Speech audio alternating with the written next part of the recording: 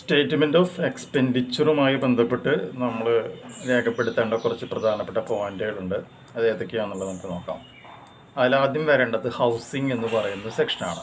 ഹൗസിങ്ങിൽ monthly rent, ഒരു മാസം എത്ര രൂപ വാടക കൊടുക്കുന്നുണ്ട്, മോർട്ടേജ് പേയ്മെൻറ്റ് എത്ര ചെയ്യുന്നുണ്ട്, റിപ്പയേഴ്സ് ആൻഡ് മെയിൻ്റനൻസ്, വീട് നന്നാക്കാനായിട്ടുള്ള ചിലവ് എത്രയാണ്, അതുപോലെ തന്നെ പ്രോപ്പർട്ടി ടാക്സ്. ഈ 4 കാര്യങ്ങളാണ് ഹൗസിങ്ങുമായി ബന്ധപ്പെട്ട് രേഖപ്പെടുത്തേണ്ടത്.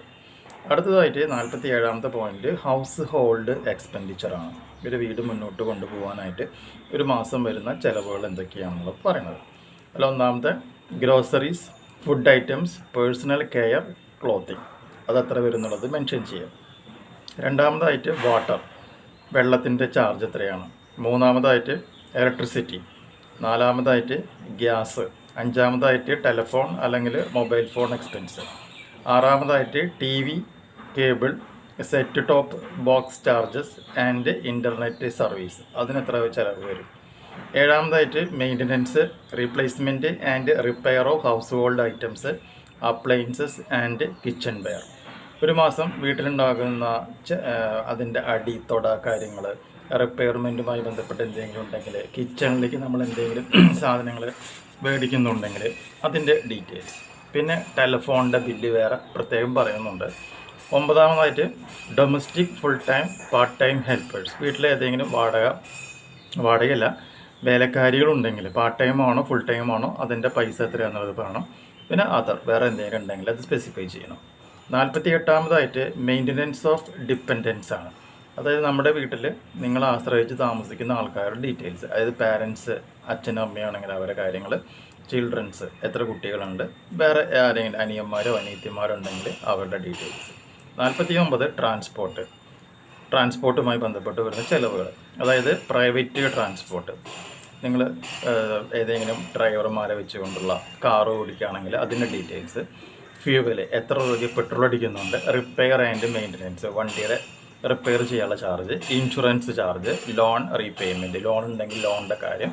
ഇനി പബ്ലിക് ട്രാൻസ്പോർട്ട് ആണെങ്കിൽ അത് ബസ്സിൽ എത്ര വരും, ടാക്സിയിൽ എത്ര വരും, മെട്രോ റെയിൽവേയിൽ എത്ര വരും, ഓട്ടോ ചാർജ് എത്ര വരും എന്നുള്ളത് മെൻഷൻ ചെയ്യണം. 50ാമതായിട്ട് medical എക്സ്പെൻഡിച്ചറാണ്.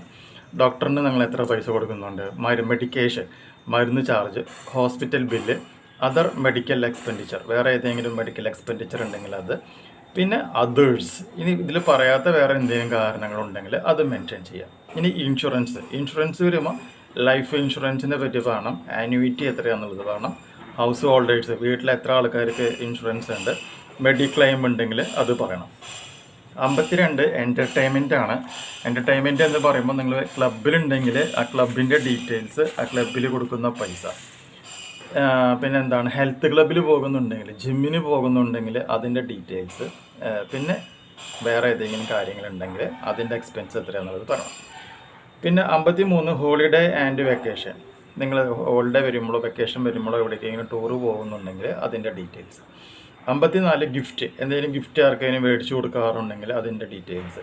55 legal and litigation expenses, അതായത് നിങ്ങൾക്ക് നിയമപരമായിട്ട് കോടതിയോ പോലീസ് സ്റ്റേഷനുമായി ബന്ധപ്പെട്ടോ എന്തെങ്കിലും ചിലവുകൾ വരുന്നുണ്ടെങ്കിൽ അതിൻ്റെ ഡീറ്റെയിൽസ്.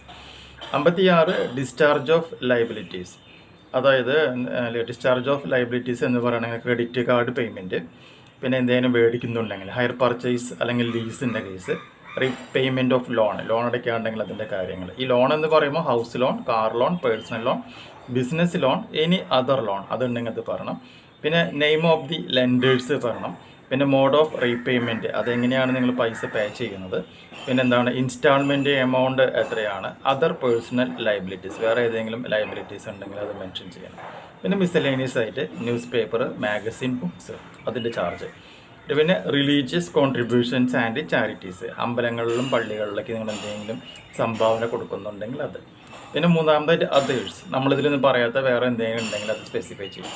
58 പോക്കറ്റ് മണി അലവൻസ്, നിങ്ങൾ ആർക്കെങ്കിലും പോക്കറ്റ് മണി കൊടുക്കുന്നുണ്ടെങ്കിലോ വാങ്ങുന്നുണ്ടെങ്കിലോ അല്ലെങ്കിൽ അലവൻസ് മേടിക്കുകയോ കൊടുക്കുന്നുണ്ടെങ്കിലോ അതിൻ്റെ ഡീറ്റെയിൽസ്. 59 അതർ എക്സ്പെൻഡിച്ചർ, നമ്മളിതുവരെ പറയാത്ത വേറെ ഏതെങ്കിലും ചിലവുണ്ടെങ്കിൽ അത് രേഖപ്പെടുത്താം. 60 ടോട്ടൽ എക്സ്പെൻഡിച്ചർ, അതായത് ഗീവ് മന്ത്ലി എക്സ്പെൻഡിച്ചർ, ഒരു മാസം നിങ്ങൾക്ക് മൊത്തം എത്ര രൂപ ചിലവ് വരുന്നുണ്ട് എന്നുള്ളത് ഡീറ്റെയിൽഡായിട്ട് നമ്മളിവിടെ സ്പെസിഫൈ ചെയ്യാം.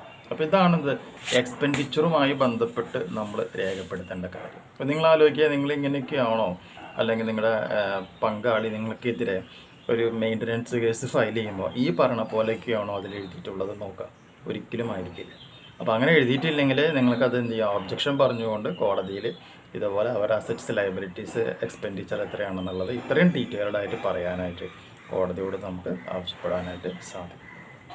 ഓക്കെ, വളരെ ഇൻട്രസ്റ്റിംഗ് ആയിട്ടുള്ളൊരു ടോപ്പിക്കാണ്. എല്ലാവരും വീഡിയോ കാണും. ഇൻഫോർമേഷൻ യൂസ്ഫുൾ ആയിട്ടുണ്ടെങ്കിൽ ലൈക്ക് ചെയ്യുക, ഷെയർ ചെയ്യുക. അടുത്ത വീഡിയോയിൽ നമുക്കിനി സംസാരിക്കാനായിട്ടുള്ളത് സ്റ്റേറ്റ്മെൻറ്റ് ഓഫ് അസറ്റ്സിനെ കുറിച്ചിട്ടാണ്. നമ്മുടെ അസറ്റ്സ് എത്രയുണ്ട് എന്നുള്ളത് നമുക്ക് പറയണം. നെക്സ്റ്റ് വീഡിയോയിൽ നമുക്കത് ഡിസ്കസ് ചെയ്യാം. പുതിയൊരു വീഡിയോ മറ്റും വീണ്ടും കാണാം. ബൈ.